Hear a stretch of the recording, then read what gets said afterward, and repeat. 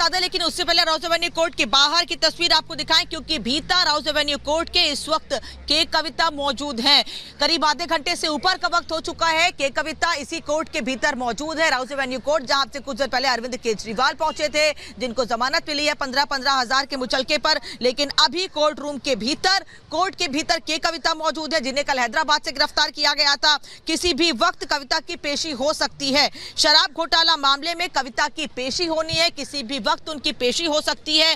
कविता की custody मांगेगी ED, क्योंकि उनसे पूछताछ की जानी है। दरअसल पिछले दिनों जिन जिन लोगों से पूछताछ की गई है, जिन गवाहों से पूछताछ की गई है, उन्होंने कविता का नाम भी लिया था, दिल्ली के मुख्यमंत्री अरविंद केजरीवाल का नाम भी लिया था। इसीलिए के कविता को पहले समन दिए गए थे और अब के कविता को गिरफ्तार कर लिया गया है। कल हैदराबाद से के कविता को गिरफ्तार किया गया है और आज दिल्ली की राउज एवेन्यू कोर्ट पे उन्हें पेश किया जाना है। किसी भी वक्त इस कोर्ट के भीतर उन्हें पेश किया जा सकता है। शराब घोटाला मामले में कविता की पेशी होनी है और ये बता दें आपको कि ईडी कविता की कस्टडी मांगेगी, जिससे उनसे सवाल जवाब किए जा सके कि उनका क्या रोल रहा है, उनका नाम क्यों लिया गया है। ये तमाम चीजें उनके सामने रखी जा सकती हैं। हिमानी भी इस वक्त हमारे साथ जुड़ी हुई हैं। हिमानी, के कविता कोर्ट के भीतर मौजूद है, किसी भी वक्त उनकी पेशी हो सकती है और ईडी की कोशिश रहेगी कि ज्यादा से ज्यादा उनकी कस्टडी मिल सके।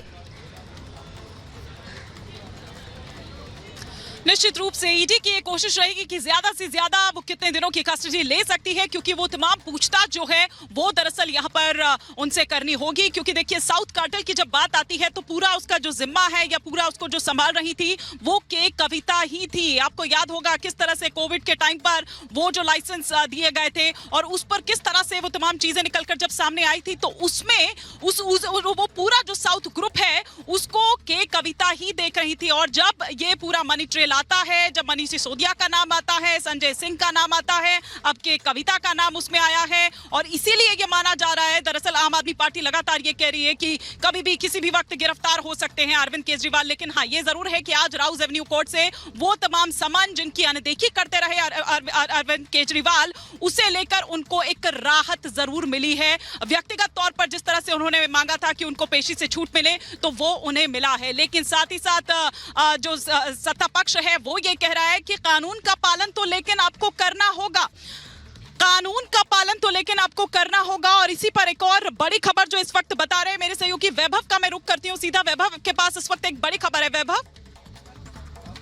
बिल्कुल हिमानी, बड़ी खबर अपने दर्शकों को बता दें। दरअसल अरविंद केजरीवाल से जुड़ी ये बड़ी खबर है। अरविंद केजरीवाल को अब से राहत मिली है।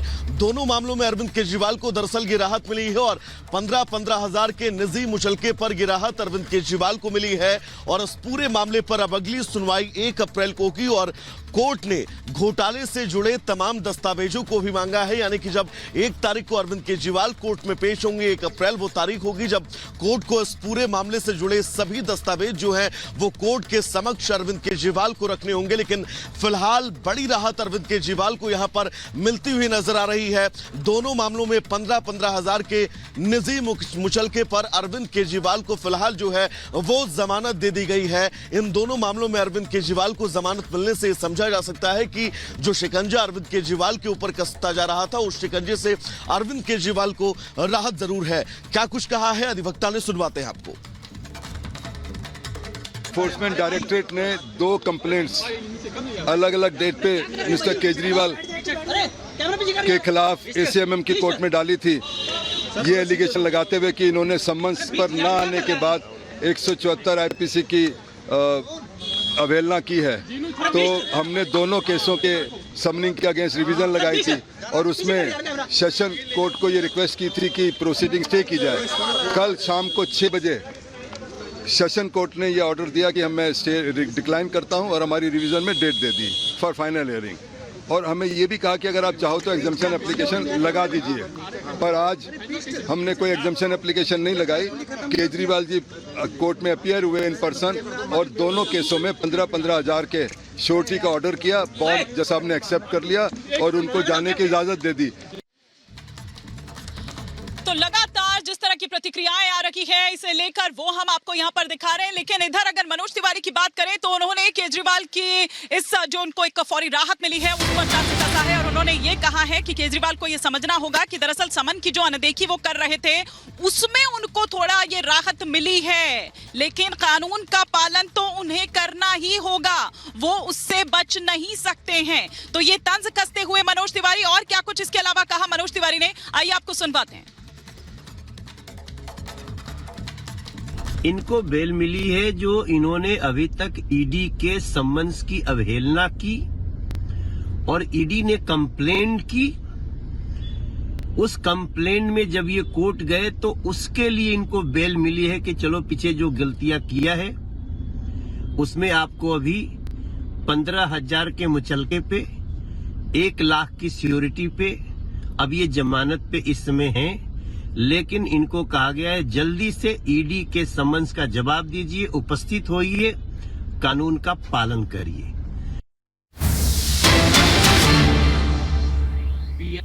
ट्रेड की टीम ने गिरफ्तार किया है, उनको दिल्ली लाया गया है। अब इनको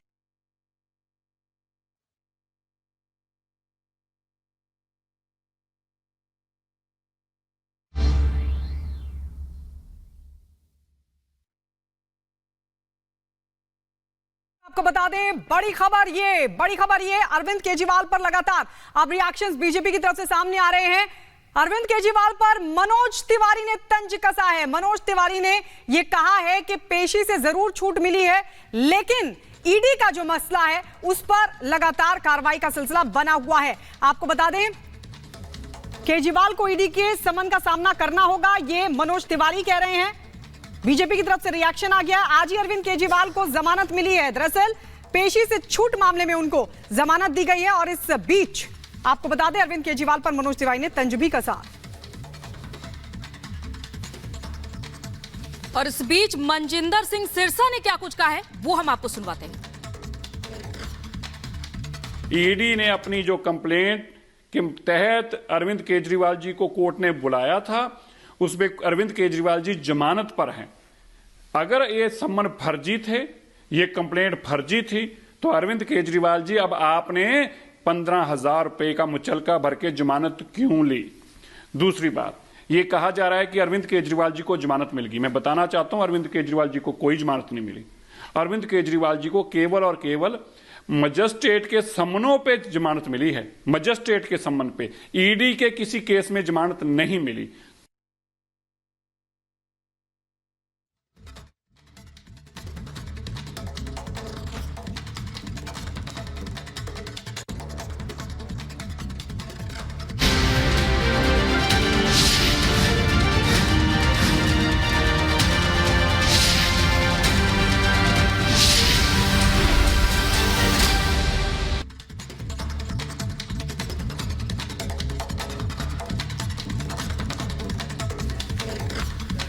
तो लोकसभा चुनाव की रणभेरी बच चुकी है और तारीखों का ऐलान आज दोपहर 3 बजे होने वाला है, यानी कि 6 से 7 चरणों में चुनाव ये समझा जा रहा है कि हो सकता है। क्योंकि पिछले चुनाव की अगर हम बात करें 2019 के लोकसभा चुनाव की बात करें तो 7 चरणों में चुनाव हुआ था और इस बार माना जा रहा है कि 6 से 7 चरणों में चुनाव हो सकता है। तो 543 संसदीय लोकसभा सीटों के लिए आज दोपहर 3 बजे प्रेस कॉन्फ्रेंस की जाएगी चुनाव आयोग की तरफ से और आज ही तारीखों का ऐलान होने वाला है।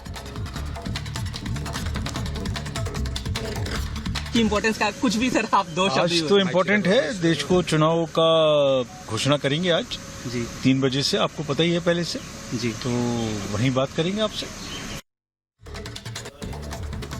तो आपको बता दें लोकसभा चुनाव की तारीखों का आज ऐलान है। दोपहर 3 बजे 6 से 7 चरणों में चुनाव हो सकता है। 2 करोड़ के करीब इस बार नए वोटर्स होंगे और आपको ये भी बता दें 97 करोड़ वोटर्स इस बार वोट करने वाले हैं। तो आज तारीखों का ऐलान चुनाव आयोग की तरफ से किया जाएगा। अब सब अपनी अपनी तैयारियों में मशगूल है, लेकिन आपको बता दें आज चुनावों की तारीखों का ऐलान हो जाएगा, जिसको लेकर बीजेपी और विपक्षी दलों की अलग अलग राय देखने को मिल रही है। महाराष्ट्र के सीएम एकनाथ शिंदे जहां एक बार फिर से मोदी सरकार बनने की बात दोहरा रहे हैं, तो वहीं कांग्रेस के नेता अधीर रंजन चौधरी चुनाव आयोग पर ही उठा रहे हैं सवाल। सुनिए।